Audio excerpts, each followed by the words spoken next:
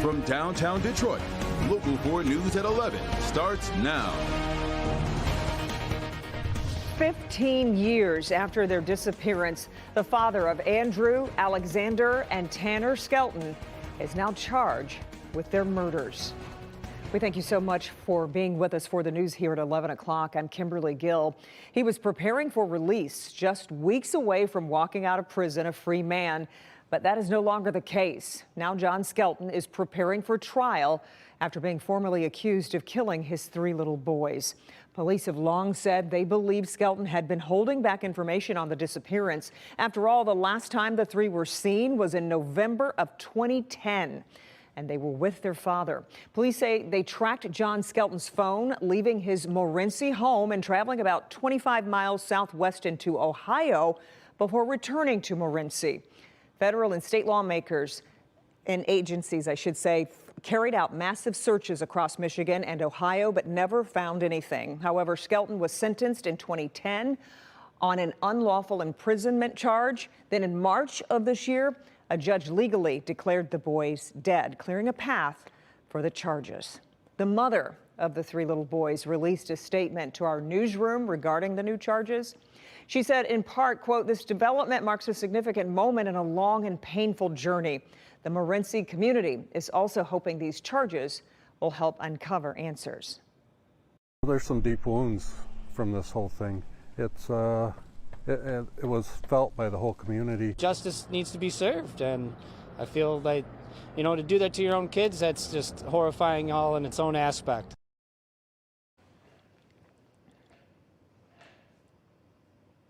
And you can scan the QR code on your screen. It's going to take you to the documentary our team produced on the disappearance of the Skelton brothers. We also have that link on the homepage of our website. Just go to clickondetroit.com.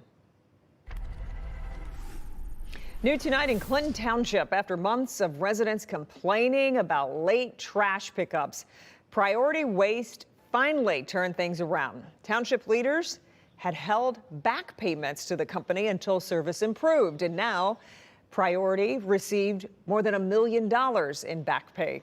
Noelle Friel spoke with a township official who says they're hoping this fix lasts. Clinton Township has agreed to pay more than $1 million in withheld payments to Priority Waste after the township was flooded with complaints from residents about delayed trash pickups over the summer. Back in July, Clinton Township Supervisor Paul Gillaham says the township was receiving hundreds of complaints a week about missed trash pickups. It started after Priority Waste took over trash service in parts of Macomb County last year. The township began withholding payment for each missed service, part of a provision in its contract with the company. They weren't agreeing to terms. We were withholding payment and implementing the penalty provisions of the contract to hold them accountable. The contract allows the township to fine the company $50 in withheld payment per house per missed trash, recycling, or compost pickup. Over a 4-month period, those numbers added up quickly. Sometimes that affected whole neighborhoods, so those numbers got up there pretty high. Since then, Gillaham says complaints have leveled off and service has improved. The township has now agreed to pay back those withheld payments at a discounted rate of $1.1 million. Ultimately, it came down to, let's sit down, let's have a conversation, let's figure out how we can work this out, and I think it was a good resolution. While a settlement has now been reached, Gillaham says those provisions are still there should the township need to use them again. We're continuing to monitor the situation. Those penalty provisions are still there. We will implement them, but we believe that hopefully things have leveled off.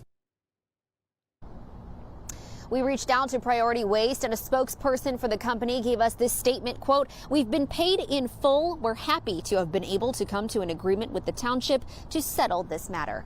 Reporting live, Noelle Friel, Local 4. It really is good to see trash services improving for that community. Noelle, we thank you so much. All right, we want to move back to the Skelton brothers case that we told you about at the beginning of the broadcast. We do have an interview that we wanted to bring you. We had a few technical difficulties with it a few moments ago, but now we have it. A major wrinkle in this case is the fact that authorities have never found the remains of the brothers, and that leaves an uphill battle for prosecutors as they try to prove John Skelton killed the boys without their bodies to point to as evidence. So to help us get some more perspective and insight on how this case may play out in court, I'm joined by criminal defense attorney George Giannini. George, as always, thank you so much for being here and talking with our viewers. How does the lack of physical evidence like the boys' remains impact the prosecution's case and the defense strategy? Yeah, it's certainly a big issue, and that's why it's 15 years later, and the case is just being brought now, at least the murder case. Certainly, there was hope that there could be some closure, if a body could be found. That's going to be a big difference. A prosecutor is always going to want to have something like that, physical evidence, whether it's in a murder case, a body, a gun, an eyewitness, and those things just don't exist in this case. So that's going to be a big issue in this case. Yeah. What role does the judge's earlier declaration of the boys as deceased play in this trial? Yeah, so that's interesting. So that's actually a separate civil case. It's a probate judge who made that finding earlier this year. And so, yes, that is certainly a finding by another court that has made a determination that I believe it was 5 years after the boys went missing that they were declared deceased as of, I believe, November of 2015 or 2015. But there was also a finding in that case that she couldn't find, the judge could not find by clear and convincing evidence that a murder occurred. So that's also an interesting aspect of that. Yeah.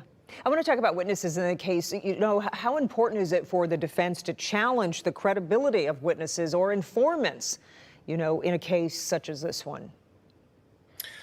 So credibility of witnesses is always important in any criminal case.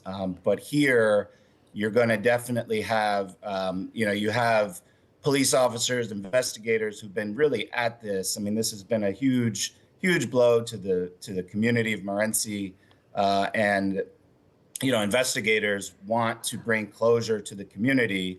And so to bring it at this late stage, there's definitely going to be attacks on the credibility of those investigating officers that they just needed to bring this charge. And so you're going to see a lot of cross-examination along those lines, for sure.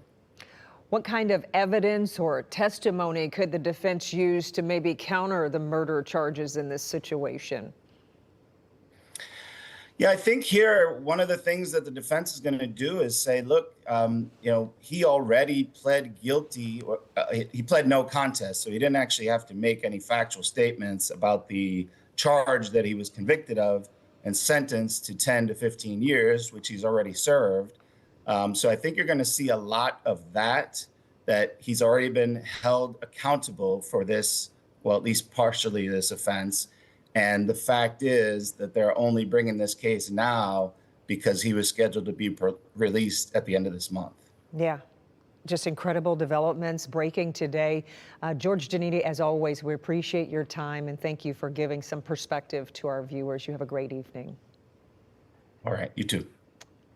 And more news tonight. An investigation is underway right now after a house exploded on Detroit's west side. Happened today just before 2 this afternoon inside this home on Forer Street. We now know it's a vacant home that's been empty for about 2 years. Nobody was hurt, but DTE and Detroit fire officials are now trying to determine what caused the explosion. Neighbors say they smelled gas just minutes before the blast and then a loud boom that shook the block.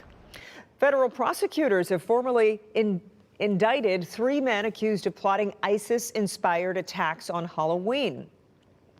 Ayab Nasser, Mohammed Ali, and Majed Mahmoud are charged with conspiring to commit a terrorist attack and providing material support to ISIS. Investigators say the group targeted bars and clubs in Ferndale and even Cedar Point. The FBI raided homes in Dearborn and a storage unit in Inkster, seizing weapons before any attack could happen. Defense attorneys insist it was all just talk, but the men remain behind bars as the case moves forward. A live look at the nation's capital, where things are slowly returning to normal after the longest shutdown in U.S. history came to an end last night. Federal employees started returning to work today. Essential workers were still coming to the office, but they weren't paid. So the good news is they all will receive back pay for the time during the shutdown. Homeland Security Secretary Kristi Noem also said today TSA workers around the nation who served during the shutdown will receive a $10,000 bonus check. This, as Agriculture Secretary Brooke Rollins says her department began work last night once the government reopened to issue food stamp benefits for November. More than 40 million Americans were left in limbo when Rollins said last month the Department of Agriculture could not distribute food stamps for November. We are immediately last night began moving out, making sure that the program continues unabated starting once the government reopened. And hopefully by the end of this week, most will receive it at the very latest on Monday. And as we've been reporting for weeks now, the original decision to pause SNAP spurred multiple lawsuits that resulted in federal courts requiring the agency to issue partial payments and then later full allotments before the Supreme Court paused the ruling to provide full benefits. At least 19 states rushed to issue full benefits, and several other states issued partial benefits over the past week or so. The Wayne County Board of Canvassers is dealing with some election issues. One big spotlight is on Hamtramck, where the mayoral race still hasn't been called because of ballot problems. Right now, Adam Alaharbi leads his challenger, Muhith Mahmood, by just 11 votes. The question is whether to count 37 absentee ballots that were found in envelopes in the office of Hamtramck's city clerk, Rana Faraj, who's currently on administrative leave. Faraj testified about this at a hearing, but no decision was made today. The board will make a call on Friday after talking with legal counsel.